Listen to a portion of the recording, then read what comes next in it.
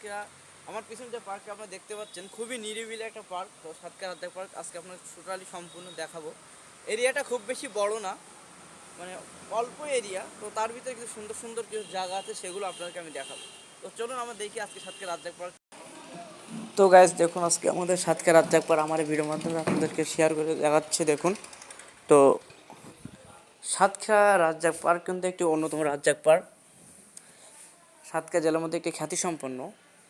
তো খুবই নিরিবিলি পরিবেশ। তো একসময় এখানে আর্মিরা বসবাস করতো, এখন আপাতত কেউ থাকে না। যখন আর্মিরা এখানে ছিল তখন এই রাজ্জাক পার্কে একমাত্র ছোট ছোট ছেলে মেয়ে তারা ইউজ করতে পারতো, শিশু বাচ্চারা।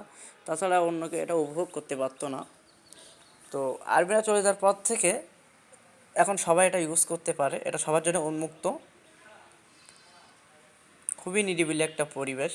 তো এখন খুব একটা এই রাজ্জাক পার্কে ভিড় হয় না। আর আমি এখন বর্তমানে ভিডিও যেটা ধারণ করছি দেখতে পাচ্ছেন, তো বিশাল বড় কিন্তু একটা উঁচু পানির পাম্প।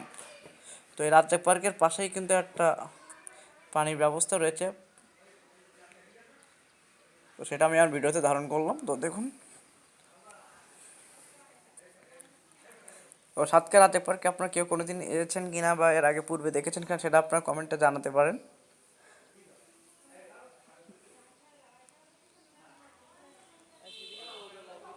খুবই নিরিবিলি পরিবেশ, মনোরম পরিবেশ। এখানে আসলে এসে